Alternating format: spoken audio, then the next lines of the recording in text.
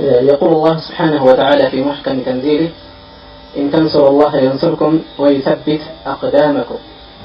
ጌታችን አላህ Subhanahu Wa Ta'ala አላህን ብትረዱ የአላህን ዲን ብትረዱ ينصركم አላህ ይረዳችኋል ويثبت أقدامكم እግሮቻችሁን ያጸናችኋል ከመንዳለቅ ከመንሸራተት ይጠብቃችኋል ይላል አላህ Subhanahu Wa Ta'ala።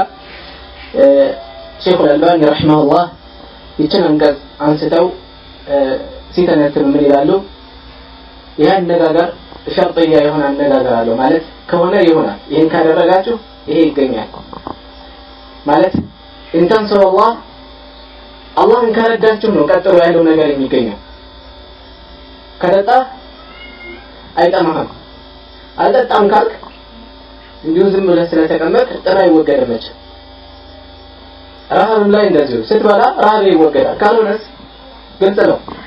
ልክ እንደዚሁ ሙስሊሙ ዓለም ሙስሊሙ ህዝብ ነስርን ያለማል ይፈልጋል፣ ያለፈ የድሮ ዝናውን መመለስ ያስባል።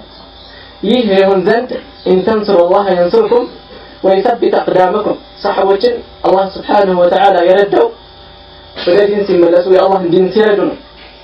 የአላህን ዲን ሲረዱ ለዲን ቁርጠኛ ሆነው ሲነሱ የአላህን ዲን ለመርዳት ሁሉ ነገራቸውን አለን የሚሉትን ነገር በአጠቃላይ ለመርዳት ቆርጠው ሲነሱ ነውና ልክ እንደዚሁ ዛሬም መጅላችንን ክብራችንን ዝናችንን እንመልስ ዘንድ የአላህን Subhanahu Wa Ta'ala ዲን ልንጠብቅ ልንረዳ ይገባናል። ይህ ደግሞ የሚሆነው አላህ Subhanahu Wa Ta'ala እንደሚገባ በሆነ መልኩ ስንፈራው ያ አዩሃ الذين آمنوا اتقوا الله በጣም በብዙ ቦታ አላህ Subhanahu Wa Ta'ala አላህን ፍሩ እያለ ደጋግሞ ይጠራናል።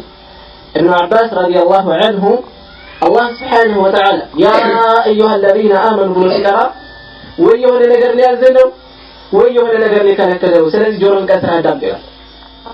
ቁርአን ላይ እጅግ በጣም ብዙ ቦታዎች ያ አዩሃ الذين آمنوا እያለ ደጋግሞ ይጠራናል። ደጋግሞ የሚከተሉት ነገሮች ደግሞ ከሚደጋገሙት ውስጥ ምንድነው? ተቅዋ ኢተቁላህ አላህን ፍሩ። ኢተቁላህ ሐቀ ተቅዋ አላህ የሚገባው የሆነ መፍራትን ፍሩ። የሚገባው የሆነ እኛ ልናገኘው የምንችለውን አቅማችን የምንችለውን ያክል ልንጥር ልንታገል ይገባናል ማለት ነው። ይህንን ተቅዋ ጃሚዕ የሆነ ምክር አጠቃላይ የተፈጠረበት ዒባዳ ዓላማ ነው። ተቅዋ ተውሂድ ተቅዋ ነው። ሱናው ተቅዋ ነው። በዚህ ስር የሚካተት ነው። ለዚህ ነው العرباض بن سارية رضي الله عنه من نميله وعظنا رسول الله صلى الله عليه وسلم ملكته صلى الله عليه وسلم قصة بأندوك موعظة بليغة تلك يهونتشن تقصاد تلك يهونتشن مكر مكرون لا لبن تسوي منك يهون المكر مكرون موعظة بليغة وجلت منها القلوب ልቦች በፍርሃት የራዱበት የተንቀጠቀጡ የተከዙበት ያዘኑበት የሆነ ምክር ተግሳጽ መከሩን ይላል። ሰሃቦች ሪድዋኑላሂ ዐለይሂም በእኛ ላይ ያላቸው ውለታ ብዛት ግን ምን ያክል አስተውለንላቸዋል፣ ምን ያክል ተረድተንላቸዋል። እያንዳንዷ ትንሽ የምትመሰለን መስአላ ዛሬ እንደዋዛ ዝም ብለን የምናሳልፋትን ስንት ነገር ግን አስጨብጠውናል። አይሻ ረዲየላሁ ዐንሃ ምንድን ነው የምትለው? ነብዩ ሰለላሁ ዐለይሂ ወሰለም በሆነ ለሊት ላይ አጣዋቸው። እጄን ስዳስስ በጨለማ መሃል እጄ መዳፌ ከሁለት የውስጠኛ እግሮቻቸው መካከል አረፈ አለች። ይህ ቁም ነገር ነው። ለምንድን ነው የነገረች? ዑለማዎች ዛሬ ከዚህ ውስጥ ሁክም ወሰዱለት። ምን ሲሉ አንድ ሰው ስጁድ ላይ እግሮቹን ዝም ብሎ አራርቆ ሳይሆን አጠጋግቶ ማድረግ እንዳለበት ስጁድ ሲያደርግ አንድ ሰው እግሮቹን ማጠጋጋት እንዳለበት አጠጋግቶ ስጁድ ማድረግ እንዳለበት ከዚህ ወሰዱ። አይሻ ረዲየላሁ ዐንሃ ምን ያክል ነገር አድርጋ እንደነገረች ተመልከቱት።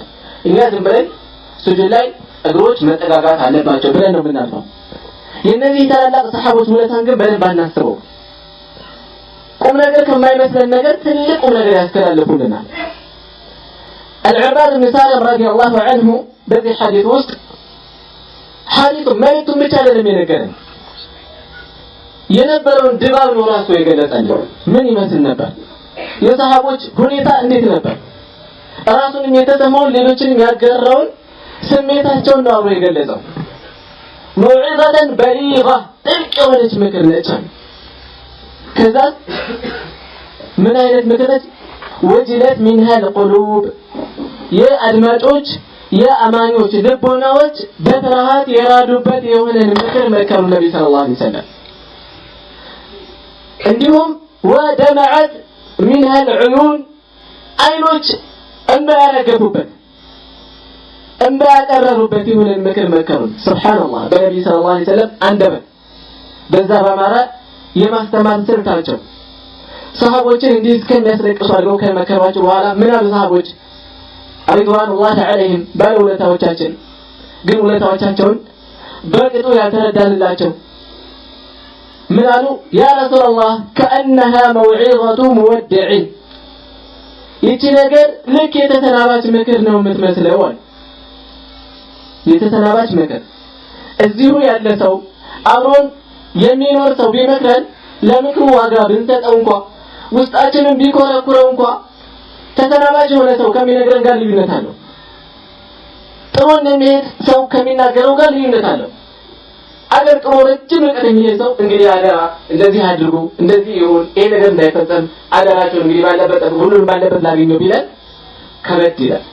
ሞት አፋፍ ላይ ያለ ሰው ሲናገረው እስኪያስቡት እና የሞት አፋፍ ላይ ሆና የልጆችን ነገር አደራ ብትል በዙሪያ ያለውን ሰው ያስለቅስም አማናው ይጣሰስ ያ ነገር ባስታወሰ ቁጥር ውጋት አይሆንም? በጣም ከባድ ነው የሚሆነው። ለዚህ ነው ሰሃቦች ውስጣቸው የተሰማቸውን ስሜት በምን መልኩ እንደሚገልጹት ራሱ አስቡት። ስሜታቸውን በብዙ መልኩ እየገለጹ ነው። ጥልቅ ነው፣ ልቦችን በፍርሃት ያራደ ነው፣ አይኖችንም ባያስረገጠ ነው። ከዚህም አልፎ ምን እያሉ ነው? የተሰናባች የሆነ ምክር ነው የሚመስለው ይሄ ነገር አለ። ሱብሃንአላህ ከአንها መውዒዘቱ ሙወድዕ ልክ የተሰናባች ምክር ነው የምትመስለው ይቺ ነገር። ፈአውሲና እናም ጨምረህ ምከረን አሉ። ስለዚህ ጨምረህ ምከረን የምታጡት ሰው ከሱ ጥቂት ነገር ወሳኝ ነገር እያገኛችሁ ከሆነ ሰላጣው ቶሎ ተጠቀምበት ትላላችሁ። ሰሃቦችም የተሰናባች መሰረት እንዳናጣ ስለዚህ ሳትሄድ ከመካከላችን ሳትነጠለን እስኪ ጨምረህ ንገረን ጨምረህ ምከረን አሉ። መልእክተኛው ሰለላሁ ዐለይሂ ወሰለም ምን አሉ? የመጀመሪያ ያነሱት ነገር ኡሲኩም ቢተቅዋላህ አላህን በመፍራት ነው አደራ የምላችሁ አሉ። አላህን በመፍራት አደራ እላችኋለሁ።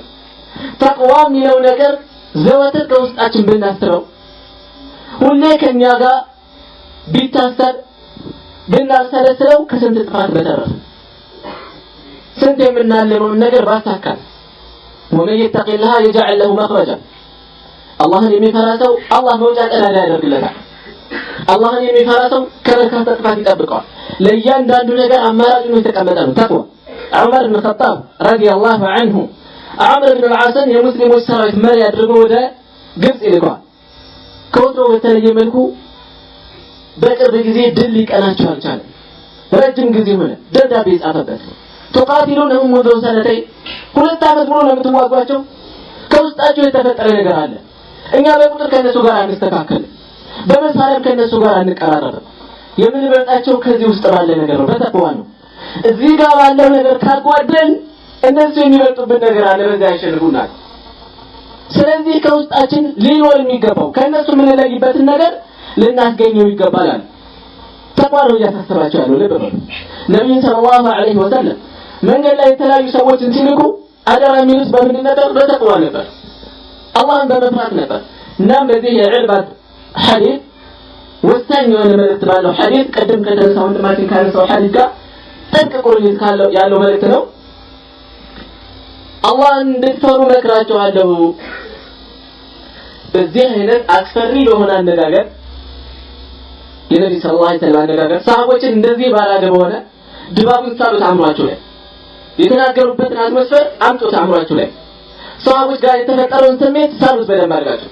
ከዛ በኋላ የተቀመጡትን መልእክቶች ምን ያክል እኛ ቦታቸውን ሰጥተናቸዋል የሚለውን ነገር ራሳችንን እንታዘብ።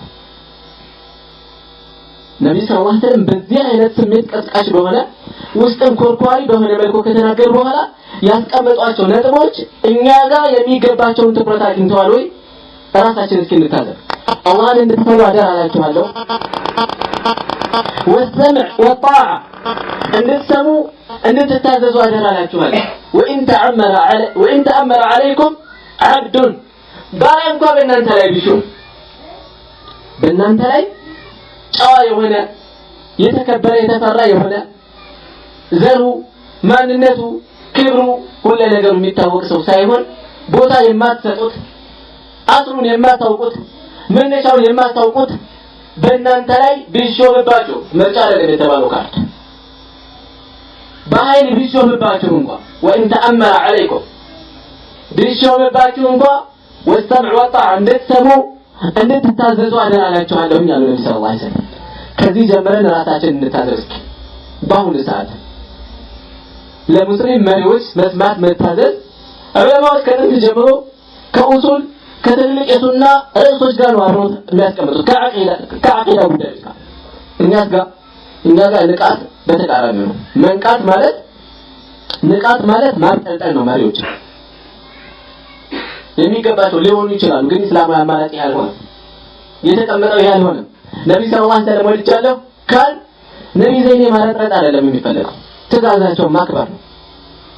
ትእዛዛቸውን ማክበር ነው፣ በተግባር መገኘት ነው። ፈላህ ያለው ድል ያለው የእሳቸውን ትእዛዝ ከመጠበቅ ነውና ያለበለዚያ ነብዩ ሰለላሁ ዐለይሂ ወሰለም እንዳሉት وجعل الذلة والصغار على من خالف أمره ውርደትና መተናነስ ትእዛዝን በጣሳ ላይ ነው የተደረገው ይላሉ ነብዩ ሰለላሁ ዐለይሂ ወሰለም።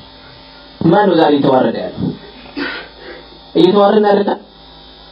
በትክክል ክብራችን አለ አግኝተነዋል። ምክንያቱስ ምንድነው? የነብዩ ሰለላሁ ዐለይሂ ወሰለም ትእዛዝ መጣሳችን ነው። ትእዛዝ መጣሳችን አንኮታክቶናል። የምንመለሰው ትእዛዝ በማክበር ነው።